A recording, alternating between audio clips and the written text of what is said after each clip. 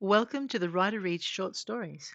Today's reading is the third and final part of Reluctant Liaison. We would be forced to choose sides. Neither of our people are known for differentiating between which members of a hostile species are friend and which are foe. Regardless of what our leaders said, the situation would degenerate into a war between mundane and myth. The captain's next words had shown he'd been thinking of his family. My daughter would find no place either in our world or your own. There had been silence after that. The captain was not the only one who'd married beyond the veil, not the only one to have a child with someone who'd never been human. The elf commander had let that silence stretch, given his human counterparts time to think on just how high the stakes were. When next he'd spoken, his voice had been surprisingly gentle. The choice is yours, Captain. No one else knows just how close to the brink we stand. We felt it would be unproductive to refer it higher, counterproductive to have it open to the public debate it would become. He'd waited again, letting us follow the words and realize just how bad the situation would become once the politicians, the media, and the public got a hold of it. I'd found my mind already racing ahead, couldn't stop the words that tumbled from my mouth, and couldn't retract them, no matter how much I'd wanted to try. It has to be me.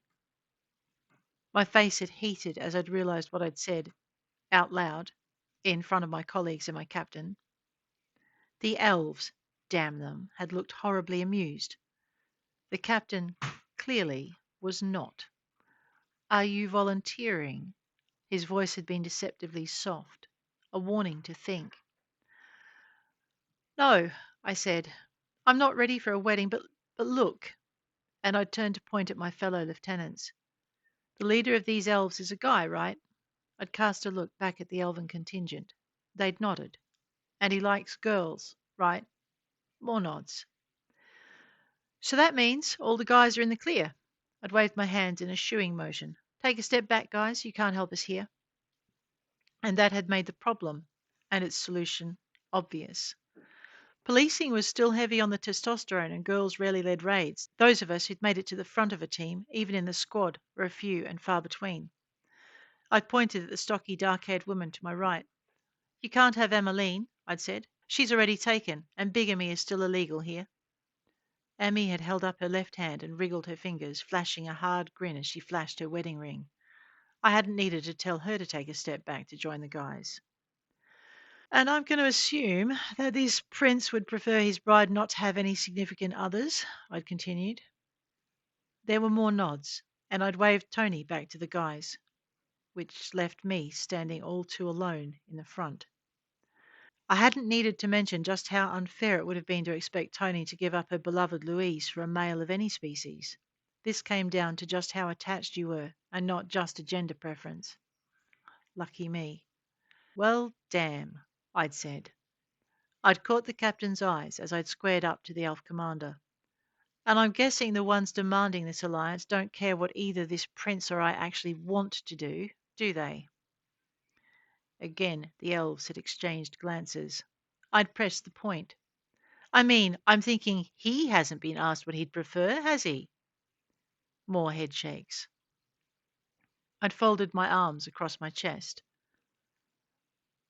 I don't know what to do, I'd said. The captain had given a deep and sorrowful sigh and come to stand beside me. I'd shifted out from under his arm before he could drape it across my shoulders. He'd let it fall to his side before speaking. No one is going to order you, he'd said. No one. Considering what was at stake for his family, that response had almost brought me to tears. I'd fought them back, denying the prickling at the edges of my eyes to become anything more. Can I have some time? I'd asked, meeting the elven commander's eyes. For once he'd looked sympathetic, and we'd butted heads aplenty. This time he'd broken eye contact first and bowed his head. They will allow you until dusk tomorrow, he'd said, and then added, I'll try for more, but... And now I'd seen him at a loss for words. Another first. Well, hadn't we just broken some ground that night? I'm going home, I'd said, and I don't want company. That last had been delivered with enough of a growl that the meaning was clear. I would make up my own mind, in my own time, and woe betide anyone who dared to try and keep me company while I did it. It really was a good thing I didn't have anyone in my life. The fact I'd wanted to keep it that way for a good while longer and to find and choose my own partner when I was damned well good and ready hadn't seemed to cross anyone's mind. The only question was, how willing was I to embroil the rest of humanity in an eternal war in order to keep that choice? And I knew the answer. I just hadn't wanted to give it. Not then, and not really even now. It hadn't helped that the doc had rocked up on my doorstep in the wee small hours of the morning with half a dozen pixies showing him the way. The discussion we'd had been short and to the point. He'd thought I'd been making a pot of tea when I'd done a runner in the car. Damn trolls. And that brought me back to this cavern, the dock, those damned pixies, and that even more thrice damned elf. I glared at him, but if he felt anything, annoyance, amusement, whatever, he didn't let it show. There is no more time, he said. My people demand your reply. This time I broke eye contact first. Fine, I said, lowering my gaze to the blanket covering my lap. I beg your pardon. I don't understand, he replied, and anger flashed through me. I raised my head and glared at him. I said, fine. It means I'll do it. I'll marry your prince to keep the peace. Somehow I got it out before my voice cracked. Try as I might, I could not stop the first tears from sliding down my face. I sniffed, blinked, and stared up at the distant ceiling, willing them to stop. When had the glowworms started to shine again? Movement brought my gaze back to the elf. This time he came to kneel beside my makeshift bed. He took my hand and raised it carefully to his lips before looking into my face. Then I welcome a princess in waiting to the court, he said. How long? I asked, and puzzlement crossed his face. How long?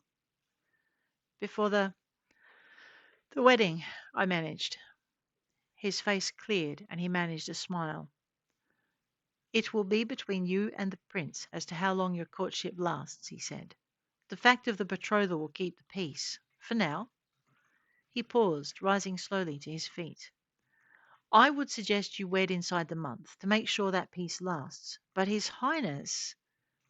It was the first inkling I had that the elven prince might not have been as keen on the marriage as the rest of his folk. The elf lord was moving away even as he spoke, and I wanted to call him back, to make him explain. He didn't quite give me a chance.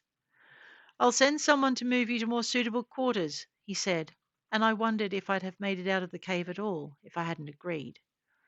He gave me no time to dwell on it, though, his words floating back to me as he stepped through what had seemed another solid wall of rock. No doubt His Highness will meet you there. I won't hold my breath, I muttered, watching him disappear. Men, be they princes or otherwise, were notoriously good at avoiding things they didn't want to do. And that suited me just fine. I wondered if I'd be allowed to go back to work while His Highness made up his mind.